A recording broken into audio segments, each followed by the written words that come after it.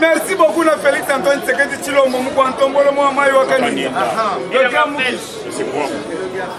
Et l'on a fait. Mais c'est propre. L'homme le plus propre du monde. Double brassard. Le grand boxeur du monde. Yaya Tosepeli, Tosepeli si Congo Mobimba. Lobi moyo ki fona ngaza ukanga. Lobi tozaki na cérémonie ya remise ya baanche et outil Japon. Merci. Pour la première display des anciens ya Sika. Comment on a la télévision. Ma caméra bangwana, caméraman tozaki na bango. OVD. Biloko yé à Sika ata 1000. Ba camion ata 500. Ba dépôt nyonso toni plein na tamboli moko na baanche nyonso ya marque na marque ba bisi bino ki cherche zoko maturiki tozo kombola tiawo beto na be ba camion ye oyo banda ko sopa yango moko beton oyo eko banda ko yeko panza beton oyo eko banda ko cheka minda oyo eko banda na ya mike oyo zo tombola yango moko dans le vide automatique Sali démonstration l'ambassadeur a Bengingai ya Japon. Yaka to sala na place moko. Ko beta maboko na sali.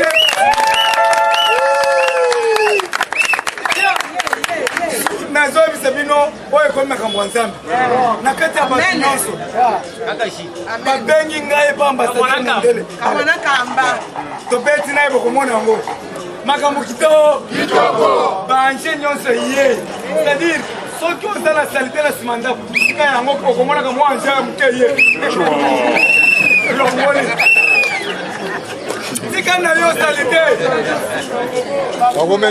mpona zolela yaya okosepela ayebisi bino na tamboli baanche ya marke na marke leso tocyango nyonso ata misato ata 4 ans sans de silimba na mawa so totina bambili oyo 2 jours 3 jours bambili nyonso atikali beto lobe yaya meso oyebisa bino tokotika pouvoir oyo lelo te yaya baanche onga namoni lobi okomona yango na télévision soki omoni te kende na première rue omona batiela na nani office de route plein na OVD plein bachantier nyonso dotie elaliti libanda mosusu ezoya balobi facibe merci beaucoup na moko antombona na makambo osali na Japon kovoyage na yo emonani baye na biloko na mukolo nango ayemba na moko tala mukolo nango veste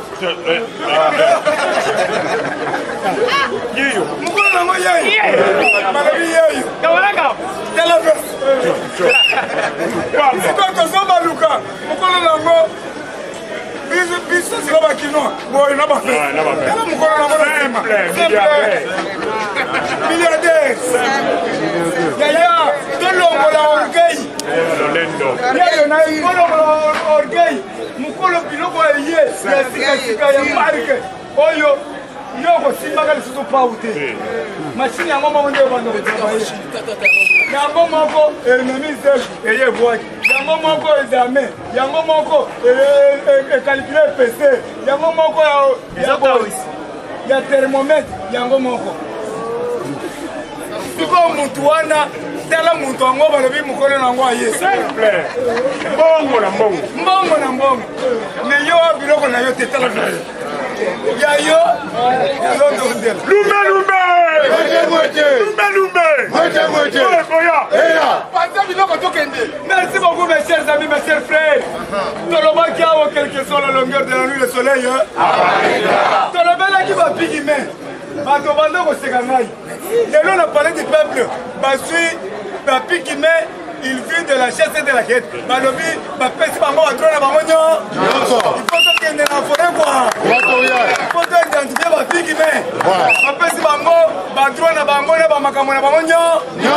Pigime aza ko sepela. Na ko so ba mboloko, ba mbisi ezoya. Ba pigime na forêt bazana esengo ko sakana te. Bona ndo top Congo. Mais biso to banda ko lebela ngo awo.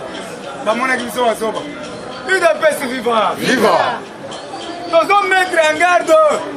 Nous allons tomber l'église catholique. Saint-Clément et Makala. L'église, c'est l'église en ça. Merci beaucoup pour ce que vous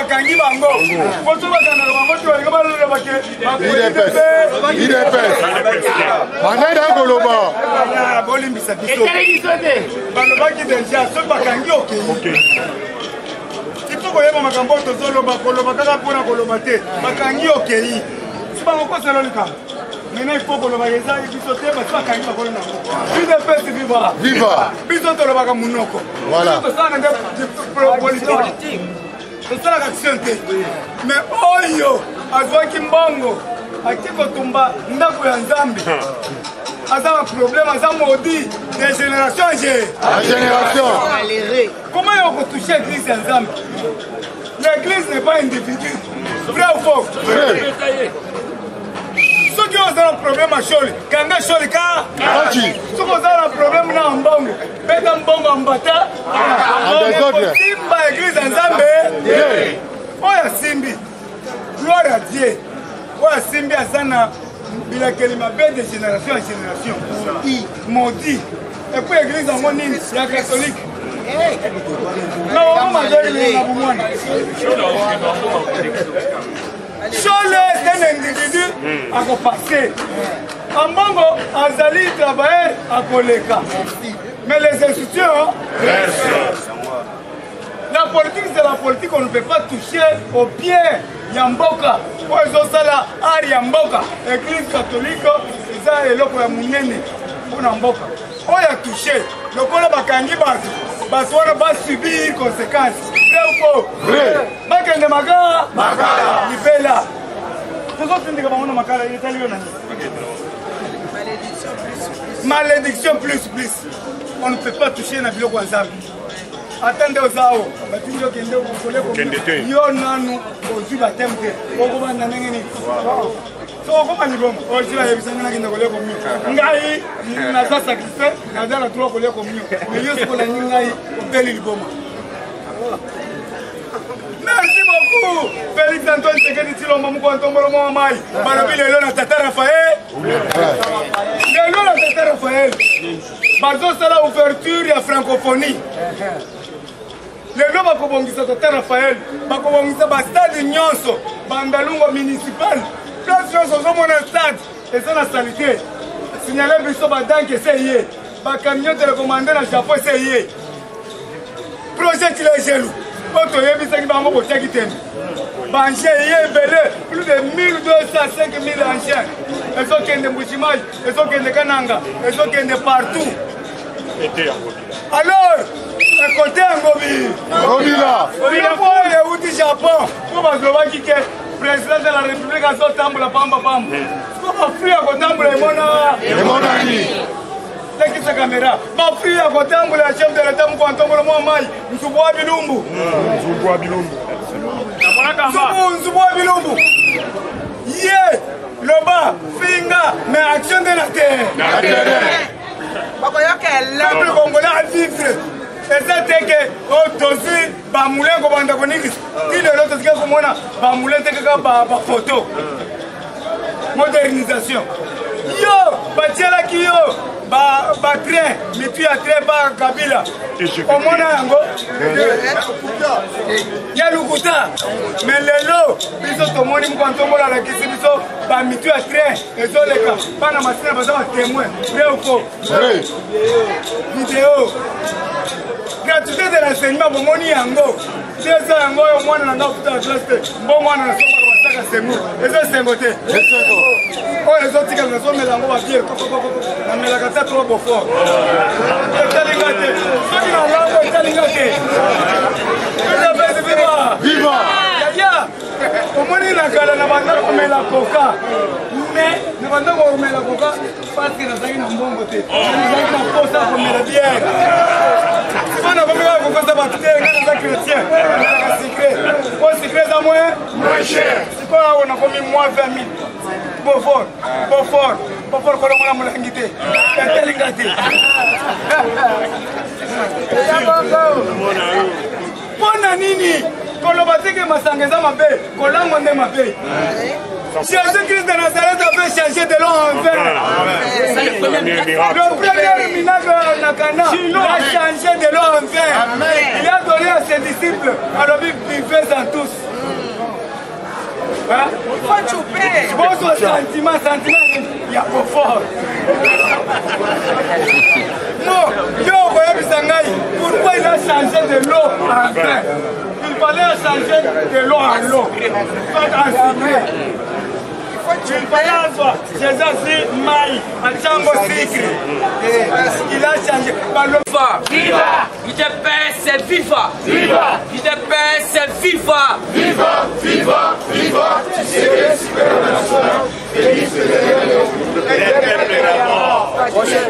Bonjour, bonjour. Bonjour. Bonjour, Lissousou. Bonjour. Puisque les lots, actualité, et ça, moi, ma casse, beauté. Lumbe. Moité. Et on est à la cri de guerre. Cela veut dire, déjà, tout ça, l'armement moral, beauté. Non, oh, et quoi, ça, la nine. Bakongo ba le baga toujours ba tout la pakaba mon appé. Ah. Et ça de bongo. Oko chatembe komona ya. Avant de rentrer dans l'actualité politique puisque faut boyeba. Makambo etali o biso yo surtout na bino to ça poser là. Malgré président Gilles Auto Sabino, on a défendu nos informations par tous les moyens. Mais on comprend que non, il y a résistance, il y a sorti à gouvernement beauté. Alors il faut qu'est-ce qui se passe. Avant la actualité politique, il faut la Moussachi Lombo, beauté. La Moussalange papa béton, puisque malgré tout sous basa qu'on soutenir les étrangers, basa qu'on tire en bango propre. Moi Namboka au détriment des étrangers. Donc tolérer le Kowanate, il faut tout tomber dans des biso beauté. Yozon Salanga Beton, Fatime, Mukishibe, Momaïbe, Moukantombolube, les grands esprits, le président fort du Congo et d'Afrique, le président le plus costaud du monde, le président le plus géant du monde, le Beteliki no Momabo.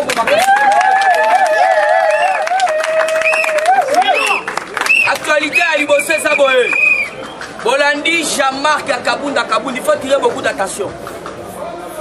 Jean-Marc Kabunda Kabundi lobby. Ibosso, il n'y a pas de député, il y a union ça. Jean-Marc Kabunda Kabundi. 4652 gigas. Lors et loco, lobby, Ibosso, il y a pas autobengi, pas député, il y a union sacrée. On appelle à ce pays dans le beauté. On est dans la démocratie.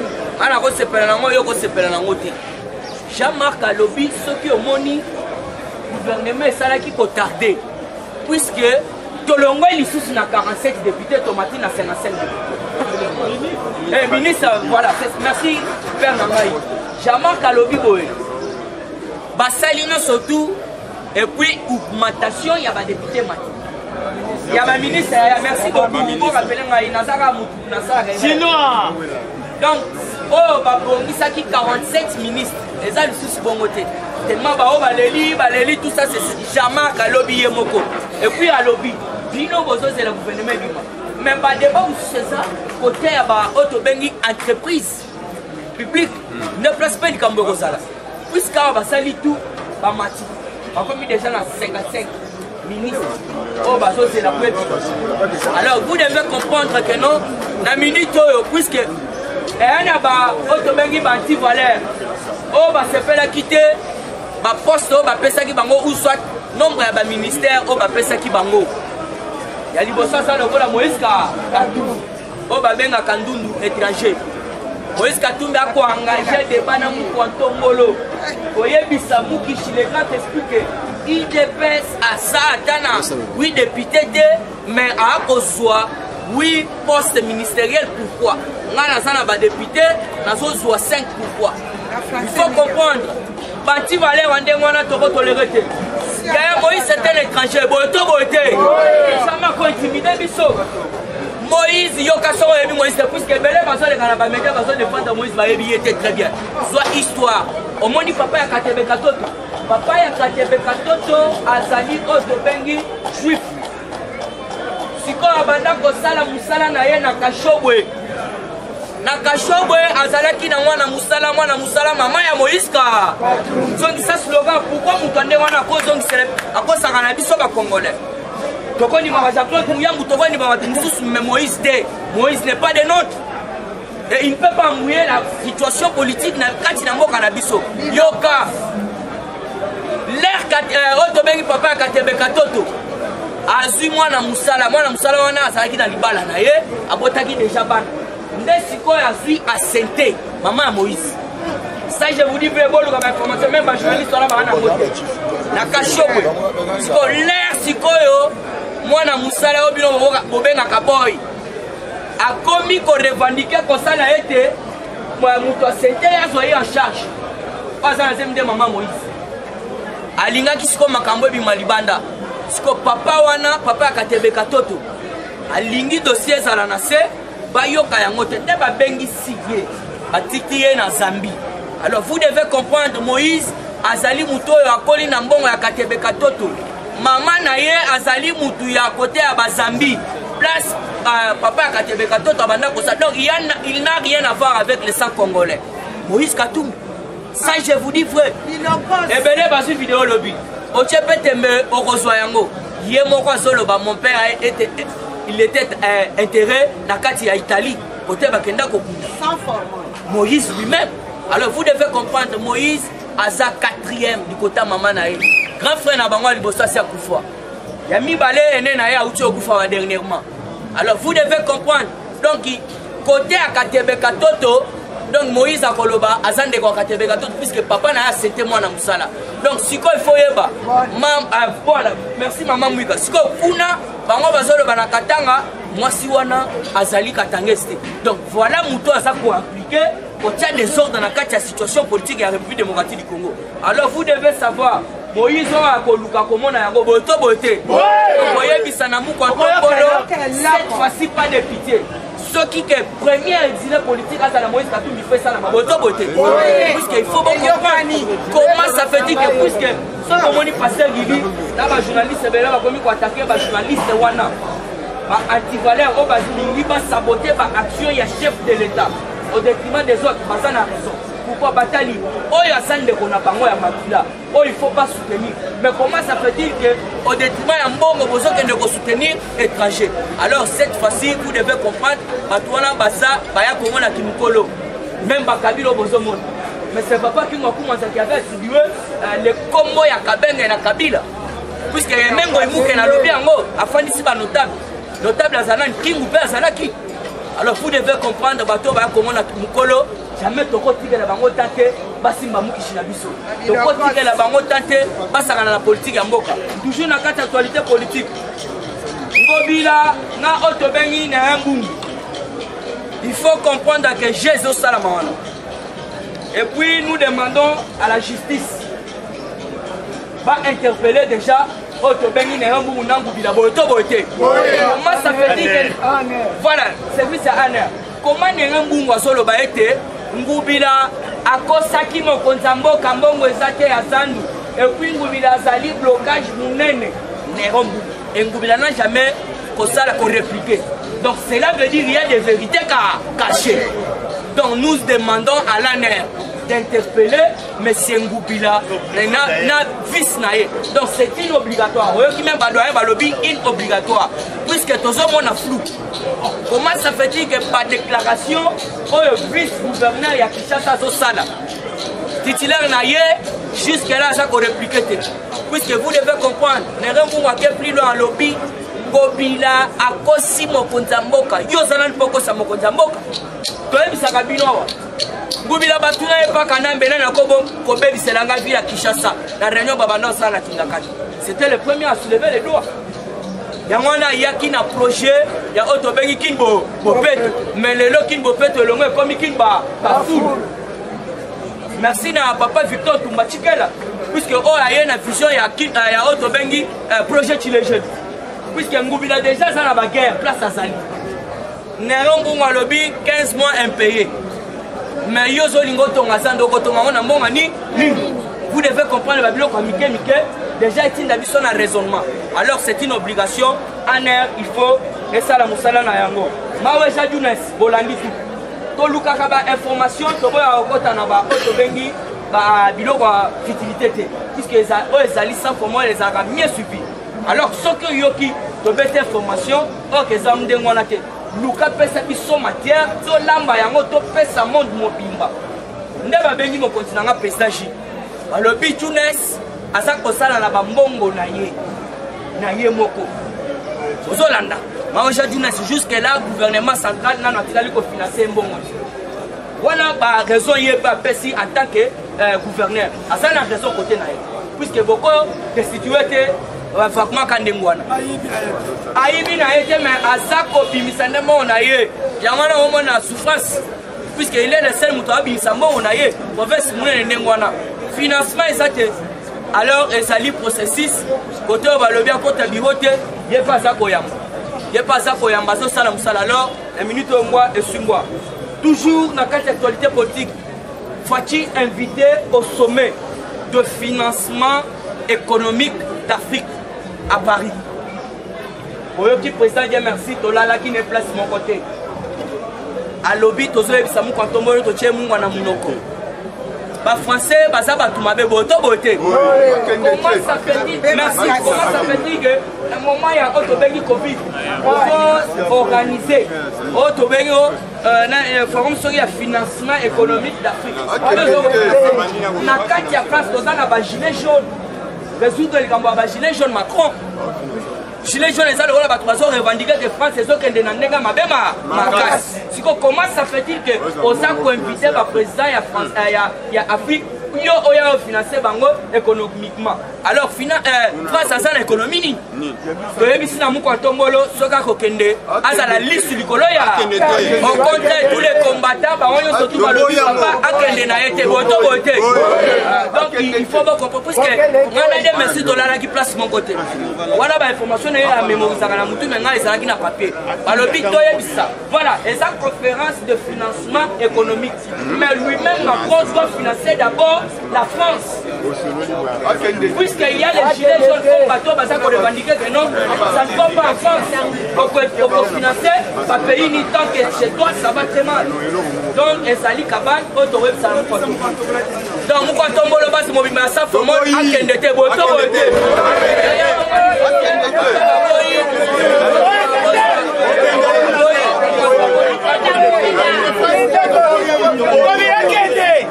Ok, merci beaucoup, Félix Antoine Sekedi, sur le moment où Antombolo. Peuple n'y a pas de l'objet de France. On va pas l'ingénier de sauter.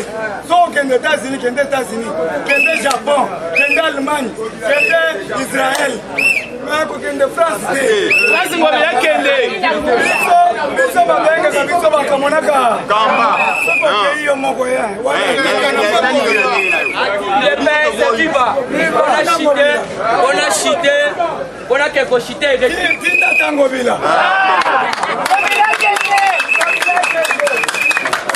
On a cité les tours, il y a Monisco. Le biboyoka qui va tomber, qui va finir, va récupérer qui gère Monisco. Mais c'est grave, tout le monde est soir dans le Monisco et les hommes sous la qui gère avec et donc doté avec des nouveaux équipements.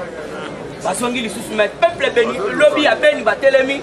On a surtout l'attaque noir on a pour implorer Otobengi paix en Zambé. Lobby, peuple à Ben Mopimba, l'attaque noir.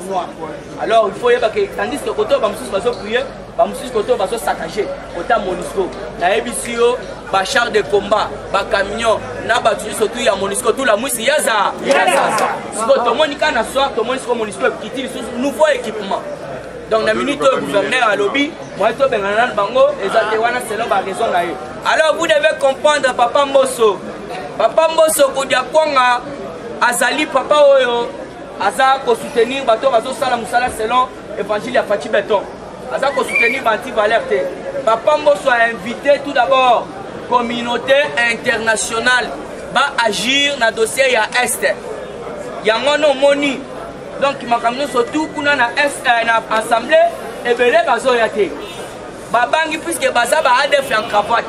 Donc au sein de la Papa Mbosso, il faut pas plus tarder il faut peuple congolais surtout aye ba liste ya ba ADF na kati ya parlement. Oyo yo benga kabalobeli, baza ba lobelité, baza ba ennemi du peuple. Et c'est pourquoi bomoni les 9, je ne sais pas si c'est aujourd'hui. Voilà. Bon, on a depuis 2012. Donc, ça Papa Mbosso, ce n'est pas le temps. Machine à 450, 1550 $. Donc, au lieu de ça, la plénière, il faut que sa plénière, il y a des mines na beni. Jusque-là, il y a des occidentaux. Donc, c'est pourquoi le peuple souffre. Avec sa bonne volonté politique, il y a un homme américain. Il avec nos mines. Il y a un homme américain qui est le peuple congolais bénéficiaire. Rappelle-toi, Félix Antoine qui s'est fait du Chilombo, quand on a le cette fois-ci, le peuple congolais doit bénéficier de ces minéraux.